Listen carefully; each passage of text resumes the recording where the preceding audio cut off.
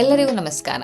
Shakespeare photo ನೋಡಿದ ತಕ್ಷಣ ನಮಗೆ ನೆನಪಾಗೋದು ಅವರು ಬರೆದಿರುವಂಥ ನಾಟಕದ ಪುಸ್ತಕಗಳು. ಈ ವಿಡಿಯೋದಲ್ಲಿ ನಾವು ನೋಡೋಕೆ ಹೋಗ್ತಿರೋದು RSC ಬಗ್ಗೆ. RSC ಅಂತಂದರೆ ರಾಯಲ್ ಶೇಕ್ಸ್ಪಿಯರ್ ಕಂಪನಿ. ಇದಿರುವುದು ಸ್ಟ್ರಾಟ್ಫೋರ್ಡ್ ಅಪಾನ್ ಏವನ್ ಅನ್ನೋ ಒಂದು ಊರಿನಲ್ಲಿ. ಸುಮಾರು 2 ಎಕರೆ ಜಾಗನ ರಿವರ್ ಏವನ್ ದಡದಲ್ಲಿ ಚಾರ್ಲ್ಸ್ ಎಡ್ವರ್ಡ್ ಫ್ಲವರ್ ಅವರು ದಾನವಾಗಿ ಕೊಟ್ಟಿದ್ದರು ಶೇಕ್ಸ್ಪಿಯರ್ ಮೆಮೋರಿಯಲ್ ಥಿಯೇಟರ್ನ ಕಟ್ಟೋದಕ್ಕೆ. ಬೋಟಿಂಗ್ ಫೆಸಿಲಿಟಿ ಕೂಡ ಇರುತ್ತೆ. ಅದನ್ನು ಹೈರ್ ಮಾಡಿಕೊಂಡು ಕಂಪ್ಲೀಟ್ ರಿವರ್ನ ನೀವು ಎಕ್ಸ್ಪ್ಲೋರ್ ಮಾಡ್ಬೋದು. ಫ್ಲವರ್ ಗಾರ್ಡನ್ ಕೂಡ ಇತ್ತು. ಹಾಗೆ ಸ್ವಲ್ಪ ದೂರ ಹೋದ ತಕ್ಷಣ ನಿಮಗೆ ಗವರ್ ಸ್ಮಾರಕ ಅಂತಲೂ ಸಿಗುತ್ತೆ. ಅಲ್ಲಿ ಶೇಕ್ಸ್ಪಿಯರ್ ಸ್ಟ್ಯಾಚ್ಯೂ ಹಾಗೂ ಅವರು ಬರೆದಿರುವಂಥ ನಾಟಕದ ಪ್ರಖ್ಯಾತ ಪಾತ್ರಗಳ ಸ್ಟ್ಯಾಚ್ಯೂಸ್ ಕೂಡ ಇತ್ತು.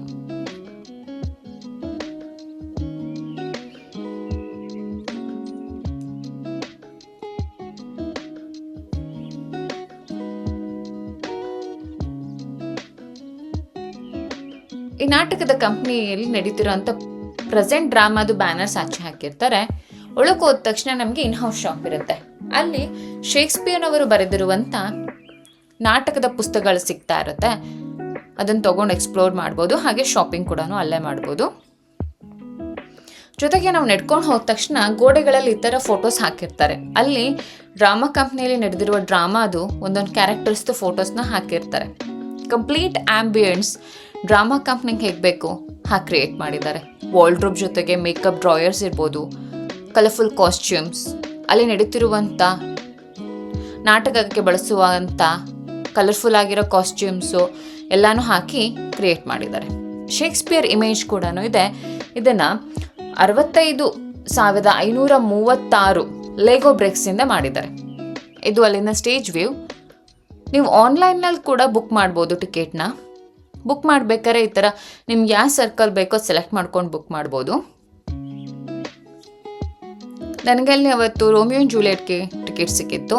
ಹೀಗೆ ಕ್ಯಾಟ್ಲಾಗ್ ಕೂಡ ಕೊಡ್ತಾರೆ. ಆ ಕ್ಯಾಟ್ಲಾಗಲ್ಲಿ ನಿಮಗೆ ಕಂಪ್ಲೀಟ್ ಡೀಟೇಲ್ಸ್ ಇರುತ್ತೆ. ಅಲ್ಲಿ ಯಾವ ಥರ ಸೀನ್ ಬರುತ್ತೆ, ಯಾವ ಥರ ಹೇಗೆ ಯಾವ ಆ್ಯಕ್ಟ್ ಆಮೇಲೆ ಯಾವ ಆ್ಯಕ್ಟ್ ಬರುತ್ತೆ, ಕಂಪ್ಲೀಟ್ ಡೀಟೇಲ್ಸ್ ಕೂಡ ಅಲ್ಲಿ ಬರುತ್ತೆ. ತುಂಬಾ ಚೆನ್ನಾಗಿತ್ತು. ಪ್ರತಿಯೊಬ್ಬ ಕಲಾವಿದರಿಗೂ ಅಂತ ಒಂದು ಇಂಟರ್ನ್ಯಾಷನಲ್ ಸ್ಟೇಜ್ ಸಿಗೋದು ತುಂಬಾ ಒಳ್ಳೆಯ ವಿಷಯ. ಕೊನೆಯದಾಗಿ ಹೇಳಬೇಕು ಅಂದರೆ ವಿಲಿಯಂ ಶೇಕ್ಸ್ಪಿಯರ್ ಅವರು 1564 ಹುಟ್ಟಿದ್ರೂ ಇವತ್ತಿಗೂ ಕೂಡ ಅವರ ಡ್ರಾಮಾ ಸ್ಟ್ರಾಟ್ಫೋರ್ಡ್ ಅಪಾನ್ ಏವನ್ನಲ್ಲಿ ಅವರ ನಾಟಕದ ಕಂಪನಿಗಳಲ್ಲಿ ಇವಾಗಲೂ ಕೂಡ ನಡೀತಿರುತ್ತೆ. Thank you for watching the video.